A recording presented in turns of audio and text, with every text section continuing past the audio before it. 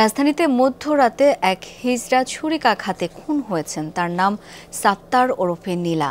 Police বলছে সিফাত নামের এক কিশোরের ছুরিকাঘাতে নিহত হন নীলা। তবে প্রাথমিক জিজ্ঞাসাবাদে ওই কিশোর হত্যাকাণ্ডে জড়িত নয় বলে দাবি করেছে।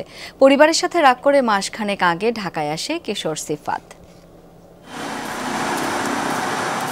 পরিবাগের ফুটওভার ব্রিজে মধ্যরাতে খুন হন হিজড়া সাত্তার ওরফে নীলা। পুলিশ জানিয়েছে কিশোর সিফাত ৫ জন হিজড়ার সাথে কথা বলতে যান। এক পর্যায়ে ওই গ্রুপ থেকে নীলা নামে একজনকে যৌনকর্মে বাধ্য করার চেষ্টা করে সিফাত।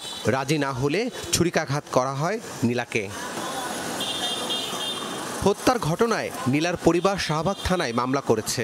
পুলিশ জানায় সিফাত এখনো হত্যার কথা স্বীকার করেনি। সে কুপ্রস্তাবে রাজি হয় না। রাজি না হওয়ার পরে তাদের মধ্যে কথাবার্তা, কথা কাটাকাটি, তর্ক বিতর্ক হয়।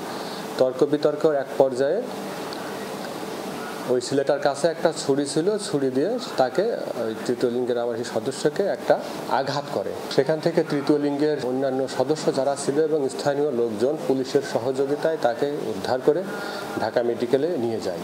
ঢাকা মেডিকেলে নিয়ে গেলে ওখানকার কর্তব্যরত ডাক্তার তাকে মৃত ঘোষণা করে। নিহতের ভাই শামীম জানান, মাসখানেক আগেও তিনি ও নীলা এক গার্মেন্টসে চাকরি করতেন। নীলার আয়ে পরিবার চলত।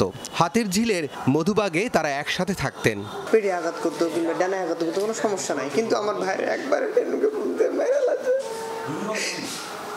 আমি এটা সুষ্ঠু বিচার চাই। আমার বাইরে দেখতে করছে, এটার বিচার চাই আমি।